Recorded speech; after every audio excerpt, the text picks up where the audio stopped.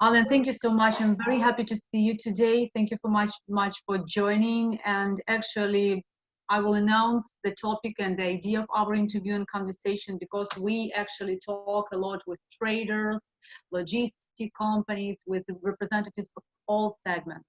But one market, one very important segment of agricultural market is agronomy. And being a Ukrainian company working here in CIS region, we've talked a lot with local players.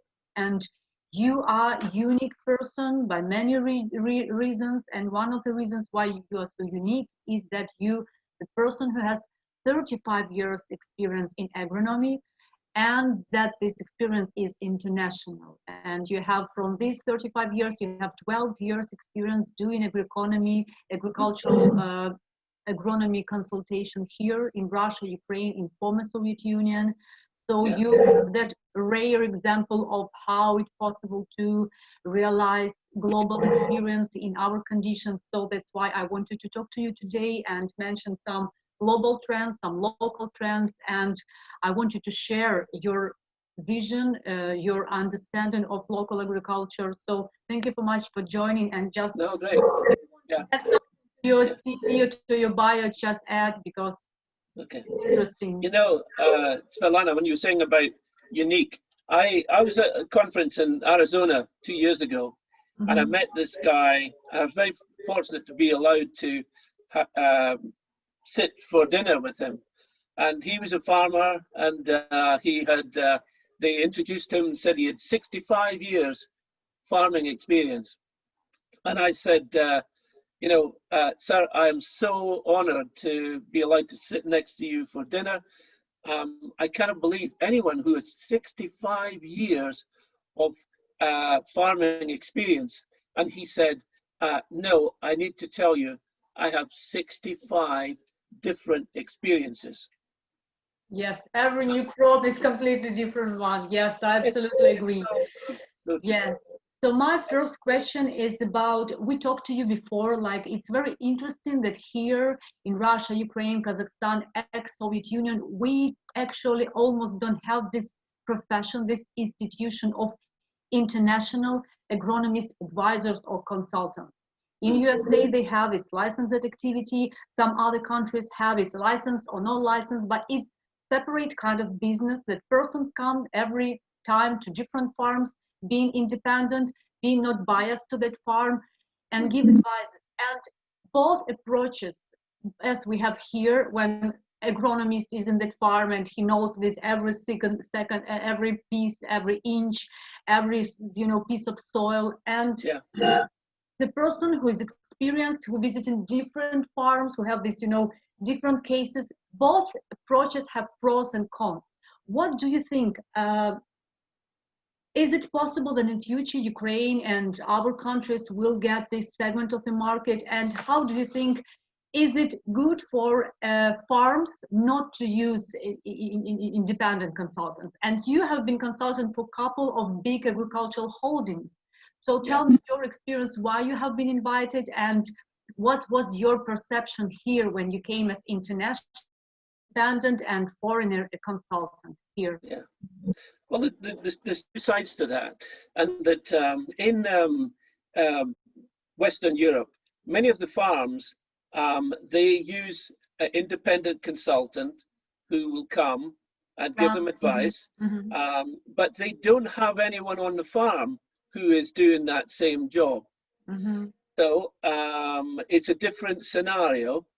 And that's why when I went on a Russian farm or a Ukrainian farm, and people, I meet with the agronomists, I need to know from them their experience, because as you say, they live every inch of that farm.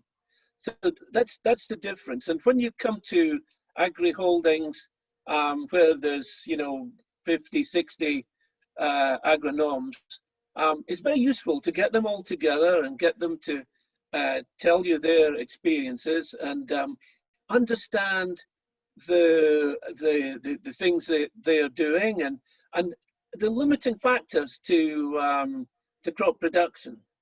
because, you know, I think I've said to you before, one of the crucial limiting factor, and it's been so obvious this autumn in the CIS countries, is the thing that limits production is water. Yes. And we have this crazy situation just now where people are deciding whether to seed wheat or not, because there's not enough moisture in the ground. You know, I've done many experiments for looking at fungicides where they don't work at all. You know, in the springtime, if you have a very dry spring, the difference between fields which have had fungicides and fields that have not is nothing. The yield is the same.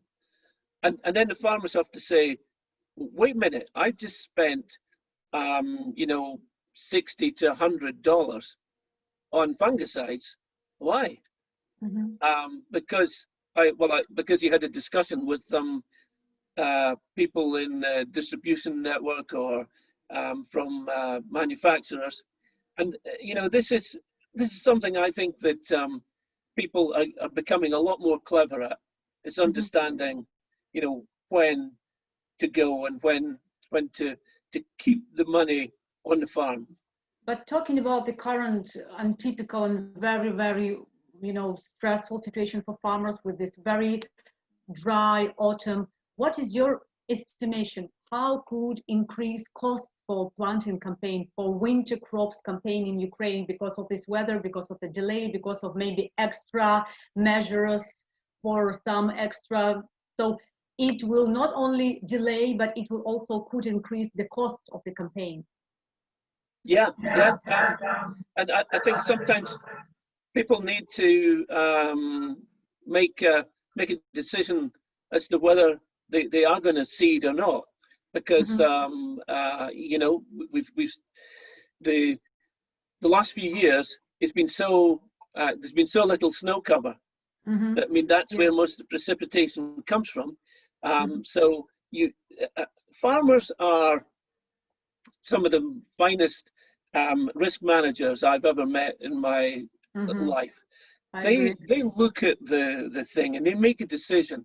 You know, are we going to go, or are we going to, you know, just wait and seed in the springtime again? And you know, there are these options. It makes the logistics more difficult because, you know, spring-turn crops are later to harvest, and then these crops are going to run into the window when you know, soya or sunflower soya. But for winter wheat, it's critical because it's the main Ukrainian grain commodity strategically. So it's very important to plant, to seed at least winter wheat. Yeah. And I mean, I think a lot of people are making that decision that they're going to say, right, we're going to seed, and you know, fingers crossed. Yes, because there could be some options for rapeseed, but for wheat, I think, like, we all understand that it still should be done some exact amount of planting. Yeah. You know, on this big moisture thing, you know, it's sort of I don't want to get things out of kilter, but when you know, people talk about why do we have this dry weather? Is it because of climate change? And the big concern is that, you know, will this continue? Will we see this year on year? And will it make it more difficult to consider autumn seeding at all? Now, when we look at a lot of the spring sown crops, particularly corn and rapeseed in the autumn and corn in the spring, they're all hybrids. And the thing about hybrids is that they are normally more deeply rooted. So you know, farmers need to think about ensuring that there's nothing that will impede the roots when they go down, and most of them are good at that. They understand that they need to do some deep cultivations, maybe one every 5 years.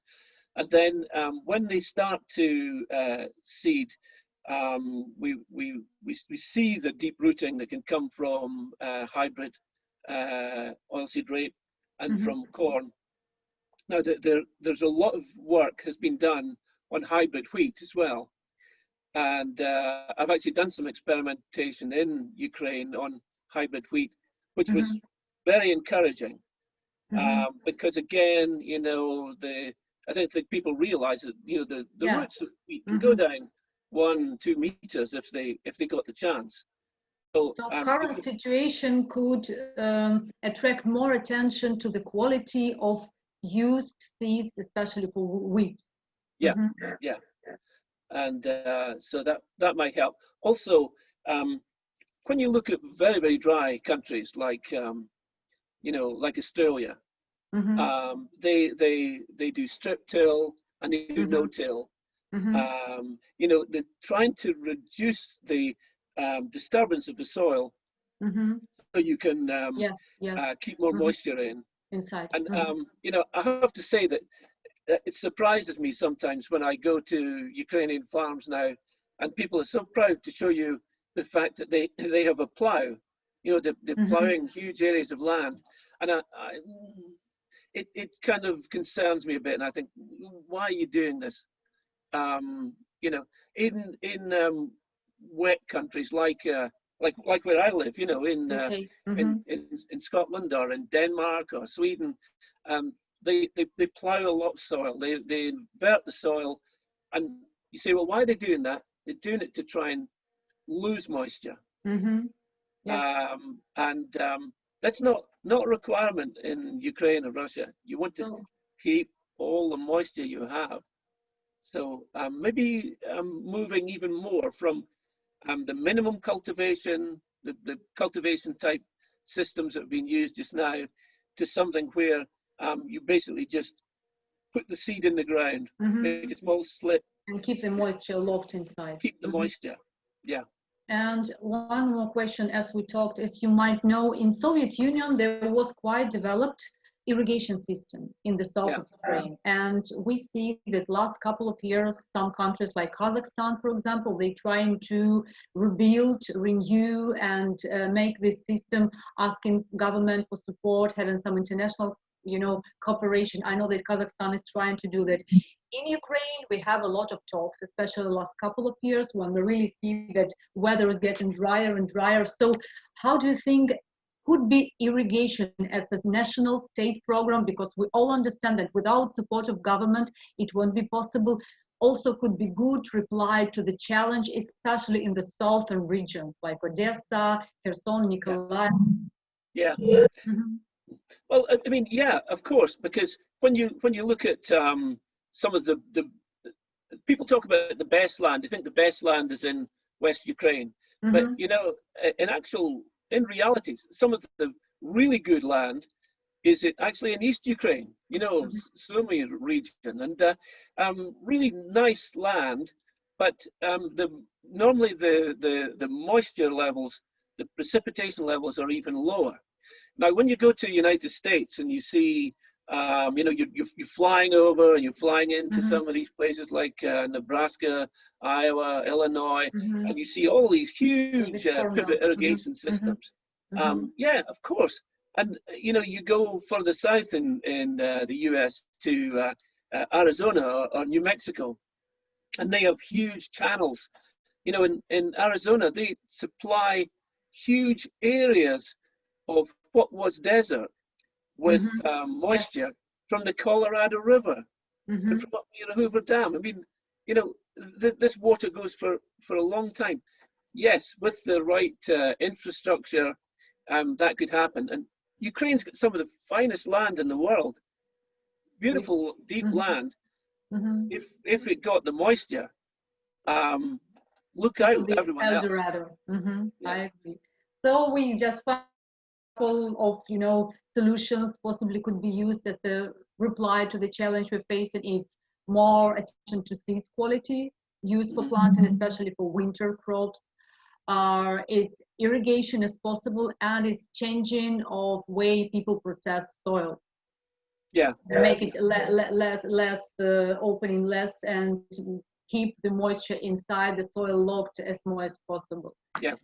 Also, talking about Ukraine, we of course should mention, we talked with you before, like chemical crop protection products, and you are guru and big advocate of IPM, integrated pest management system. Could you, so I think that IPM very shortly could be explained like less is more, right? Yeah.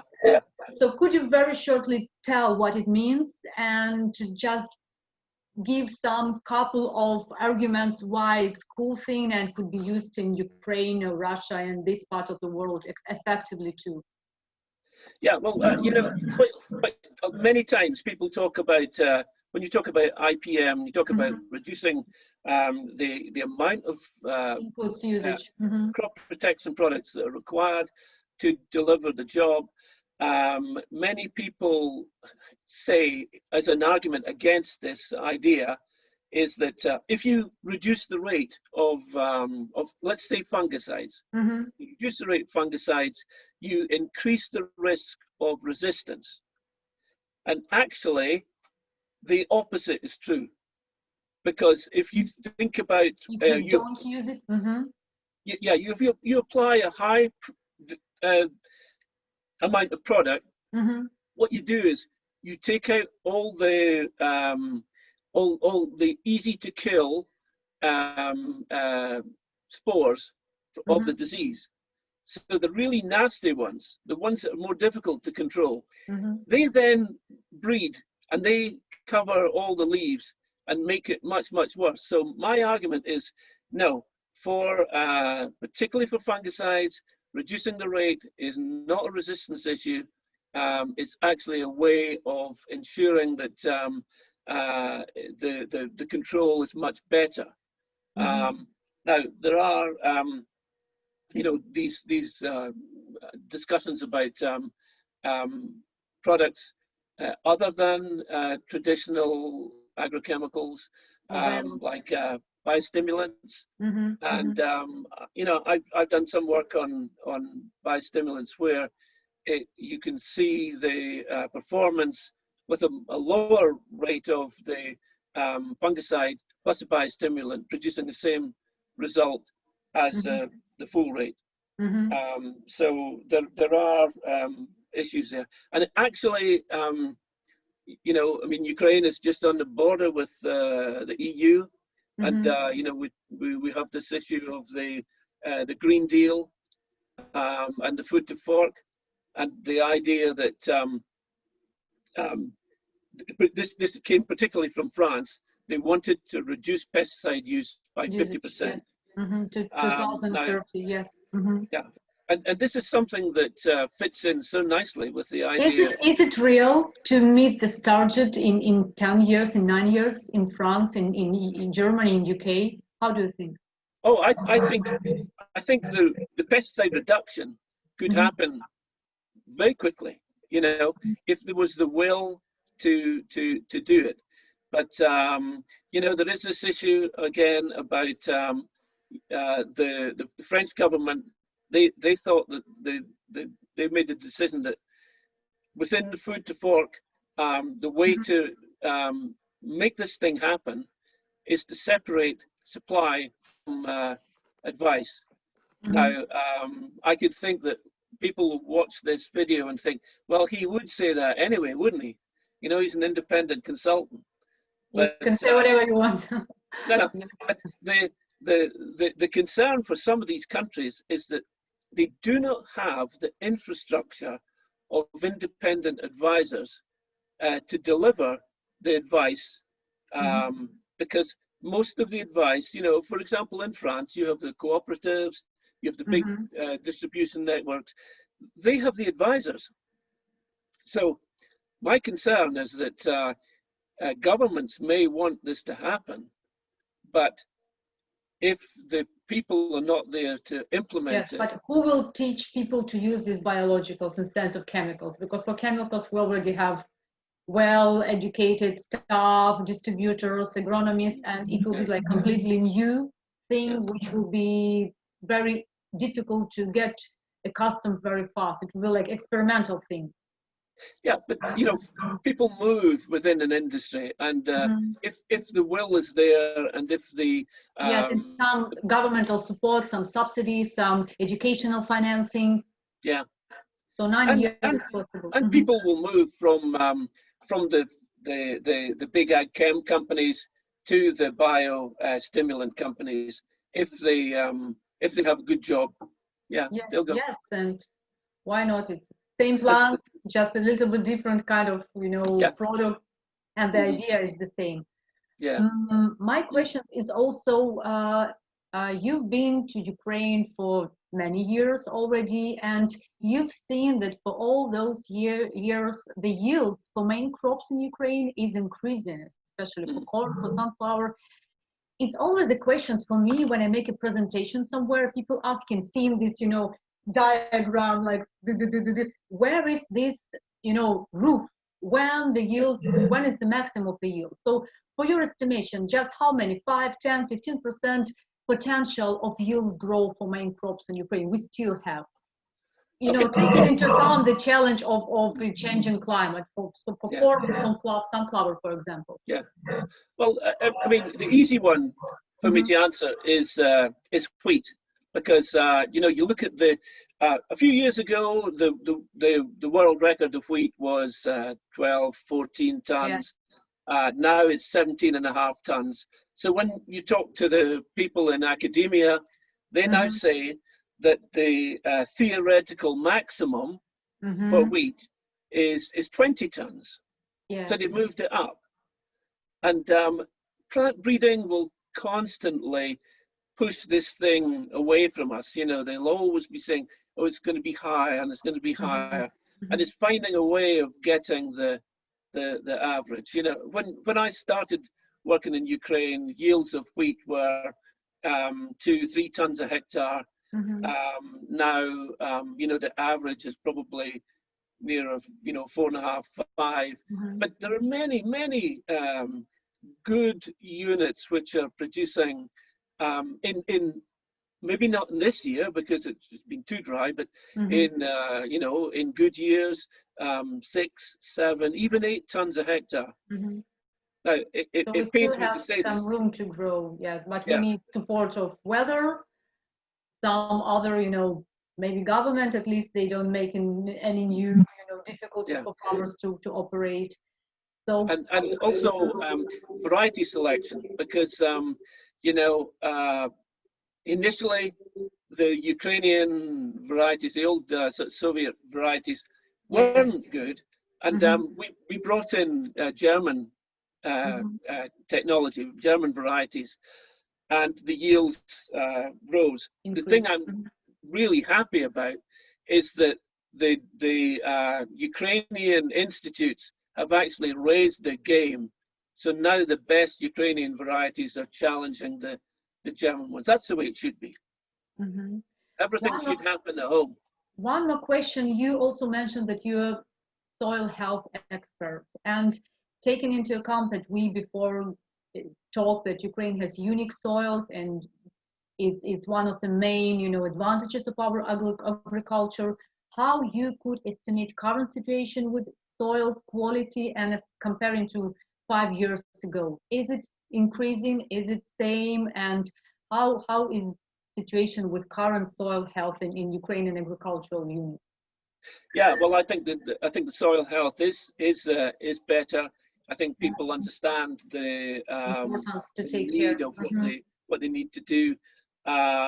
You know, that there's issues still with as people grow more crops and they incorporate more of the residues into the soil. You know, the corn stover or wheat straw. That is incorporated into soil, increases the organic matter of the soil, and you know, we just diving back a bit to when we were talking about climate change. So many scientists say, you know, farming is a problem. You know, we use fertilizer, we use fuel, and everything like that. And what they forget is that all around the world, farm crops absorb CO2, and they give out oxygen for us to breathe. And a lot of that, the structure of the crop, you know, corn, huge structure to produce, you know, two cobs of corn. When you actually work out the value of all of that weight of plant material, which goes back into the soil, farmers, I want to see more carbon accounting, because I do believe that we're already carbon neutral on farms, and farmers need to be given credit for that. And when I say credit, I think that should be financial credit. Yes, but we're just in the very, very beginning of this process in Ukraine, because we have much more vital problems of our agriculture. And, you know, we have this season, more difficulties with financial situation, more credit resources involved in agriculture, and farmers. Yes, they're the best risk managers. I absolutely agree with you, but they also persons who are like endless roller coaster, and weather is just one of the factors they have to handle, and it's really, really stressful jokes. And one more question I want to ask you also, talking about Ukraine, and we see that Ukraine is supplier of EU, one of the main supplier of EU of many food products, vegetable oils, grains, and we see the demand from EU is growing. But when EU started to ban usage of some chemical crop protection products, Ukraine don't do the same, don't make a mirroring action. But we afraid that in some 1-2 years, vessel of Ukrainian, for example, wheat will come, and the lab will find, you know, these exact ingredients forbidden for usage in EU, and it will be a big problem, like we had in our history with sunflower oil, with some other crops like pesticides. Even if it's not banned, but your main buyer has banned this pesticide. It's, how do you think should Ukrainian farmers don't wait from government for these pesticides to be banned, and just watching what's going on in the countries who buyers, and step by step trying to blend, to change it for different, and how long it takes for farm to change crop protection products? 1 season, 2 seasons in Ukraine, or it's just 5 years to get used to?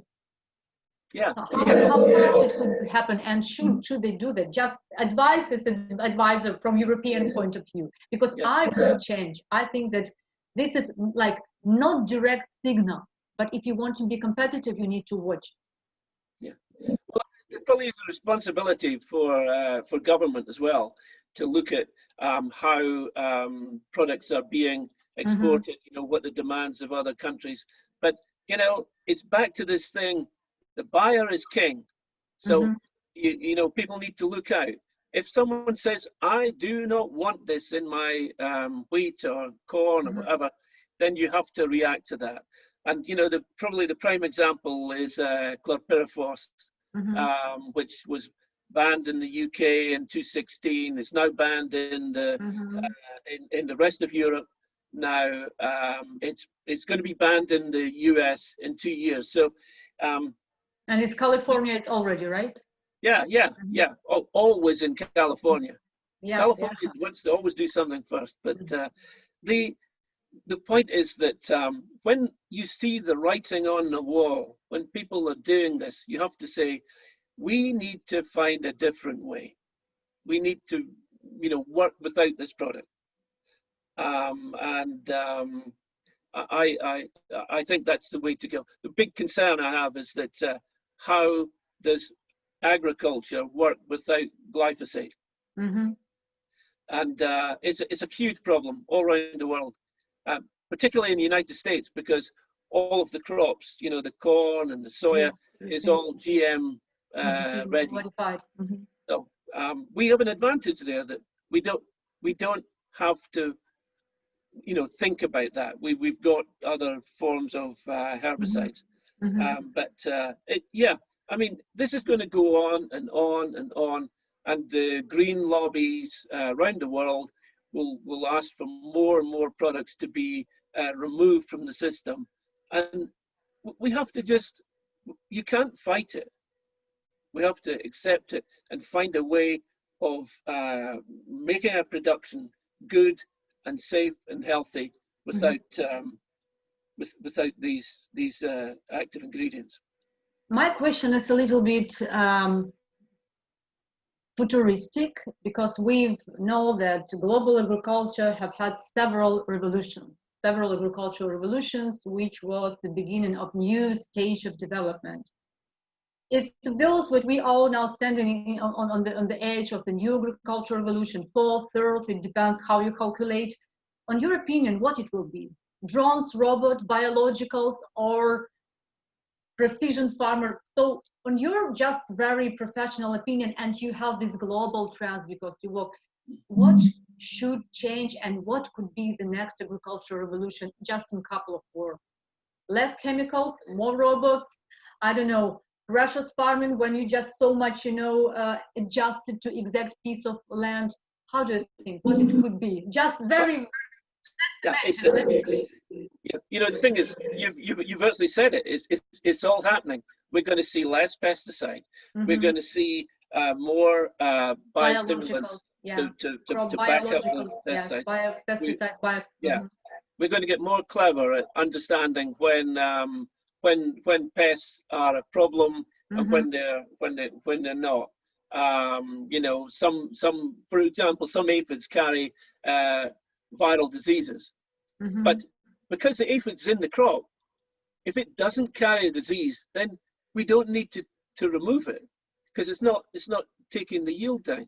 So we need to find ways of, you know, PCR tests so that we can test the aphids and see whether they have the carrying the virus or not. As far as robots are concerned, yeah, I mean, you know, there's a company called DOT in Canada, making big seeders, sprayers, everything being done, you know, really accurately. But at the moment, we have fantastic, you know, auto steer on tractors and on combines, game changer. You know, it's made. We don't cultivate areas twice. We don't we don't put pesticides on areas twice because the sprayer is overlapping, because the tram lines are not right. We don't combine. We don't have a bit of the header of a combine not running full, because the machine is doing it for us. It takes the strain off the operator. Operators work better. They work longer. They're happier. Everybody's happy. Yes. So we hope that future agricultural revolution will sound like plant and farm smart, not hard, because it's still hard work here and everywhere in the world, being a farmer. It's hard work, but it's one of the most amazing jobs anywhere in the world, you know. And my son is involved in agriculture. He's involved in the precision farming company. And I said to him when he was younger, I said, go and find yourself a career that you really like, and you'll never do a day's work in your life. So you already established an agronomist dynasty? Yeah. Great. It's even maybe better than 65 years in agronomy, actually, to have your son being the part of your business too. Yeah. Great. Okay. Alan, thank you so much for very interesting and insightful, and thank you so much for your love to Ukrainian agriculture, because it's really incredible to see a foreigner who so much understands and loves what we do here. And we hope to see you on our conferences as a speaker, and hopefully on offline events finally, when we will be able to do it. Thank you so much, and we will see you on YouTube, and I will send you the interview to Jack before they publish. Well, thank you so much for giving me the opportunity to speak to you today, and really enjoyed it.